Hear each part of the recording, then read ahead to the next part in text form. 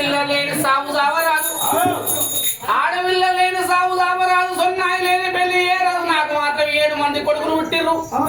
నాకు ఆడవిల్ల కావాలంటుంది అయ్యా దేవత. ఎక్కడ మొక్కినా ఏం చేసినా ఈయనకు మాత్రం ఆడవిల్ల లేదు.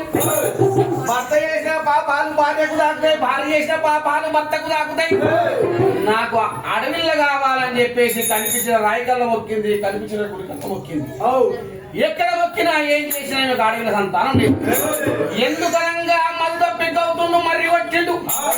ఈ గౌతమాముని మద్దప్పి గౌతుండు మర్రి కొట్టినాడు. మర్రి లోపల 2 జీవులు సంచారం చేస్తుంది. ఆ యొక్క గొడ్డలి కాడు దెబ్బకు ప్రాణాలు విడువంగా సత్యమా గౌతమాముని, మేము ఎట్లయితే బొట్టుకు కన్నీరు రాస్తున్నాము, అచ్చే యుగం లోపల నీకు వాడవిల్ల లేకుండా బొట్టుకెత్తమని చెప్పేసి ఆనాడు పెట్టిన పక్షి శాపన ఈనాడు జరిగింది కదనయ్యా.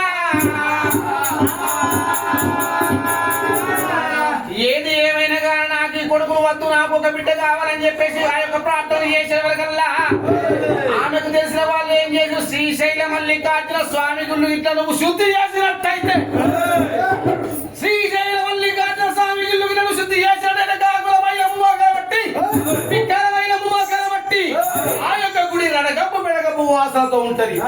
ఆ యొక్క గుడి శుద్ధి చేస్తే, అక్కడ ఉన్న పక్షుల యొక్క శుభ్రం చేస్తే నీకు అడవిలో సంతానం వస్తే ఎత్తుది కానయ్యా. ఎంత బాధ వచ్చినా ఎన్ని బాధలు వచ్చినా నాకు అడవిలో కావాలని చెప్పేసి శ్రీశైల మల్లికార్జున స్వామి గుడి దగ్గర ఎట్టా పోతుంది. పొత్తుడైతే మాత్రమే అమ్మవారు అది బయలుదేరి పోతుంది కదయ్యా. చిన్నగా మెల్లగా మల్లికార్జున స్వామి గుళ్ళకు చేరుకున్నది. హరహర శంభో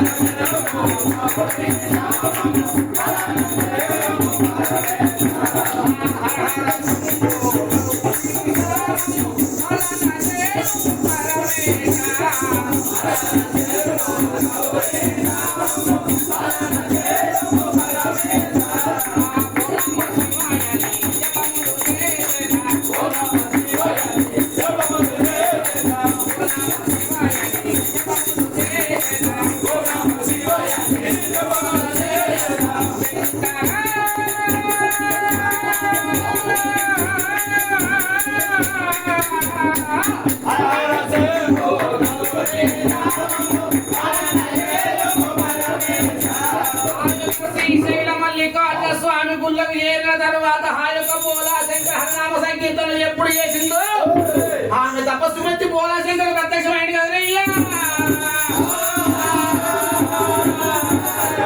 ఎవరమ్మా మీరు జనని, ఎవరమ్మా మీరు, ఎవరమ్మా మీరు జనని, ఎవరమ్మా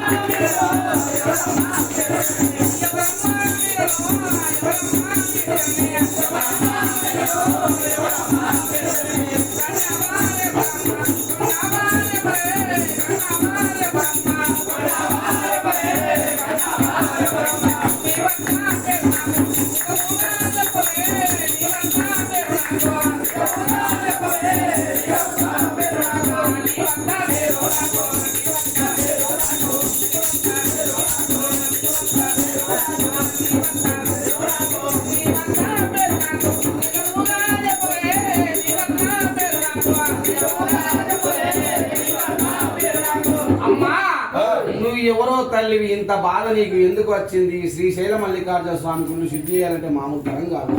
ఈ కాకుల మైలంబు పిట్టాల మైలంబు ఈ యొక్క గుడి వెడగపు పెడగపుతూ ఉన్నది కాబట్టి ఈ గుళ్ళు శుద్ధి చేయాలంటే నువ్వు నన్ను ఓడరా ఎలువంట పట్టణంబు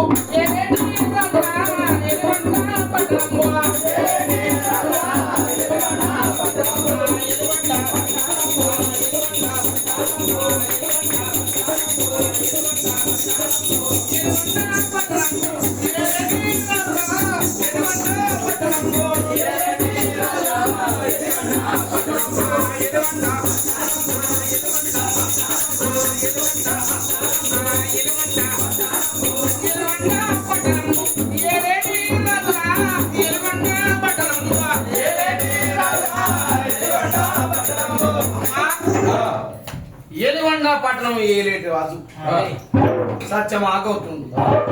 నా భర్త చేసిన పాపాలు నాకున్నాయి కాబట్టి నాకు ఆడపిల్ల సంతానం కావాలంటే అప్పుడు పోలా శంకరుడు మాత్రమైనా ఆమె తపస్సుకు మెచ్చి 5 మల్లె పుష్పాలు ఒక మంది నుంచి ఒళ్ళ వేసి అయినయ్యా.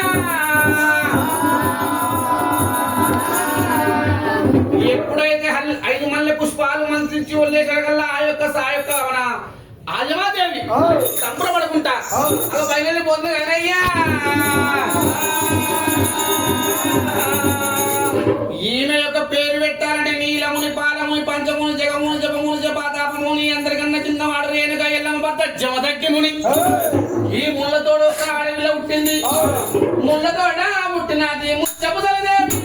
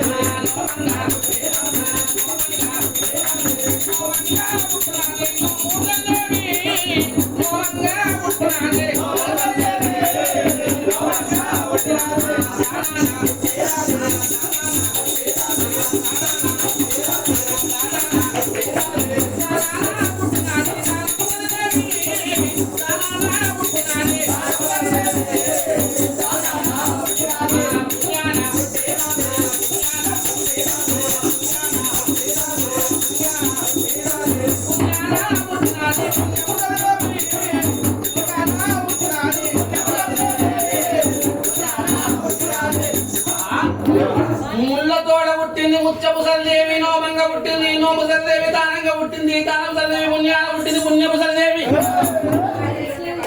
ఈ చక్కని సరిదేవులమ్మ పరశురాము చెల్లైన శ్రీపాలగిల గౌరమ్మకు తన కొడుకు అయిన సిద్ధమా శెట్టికి లగ్నం చెయ్యాలి.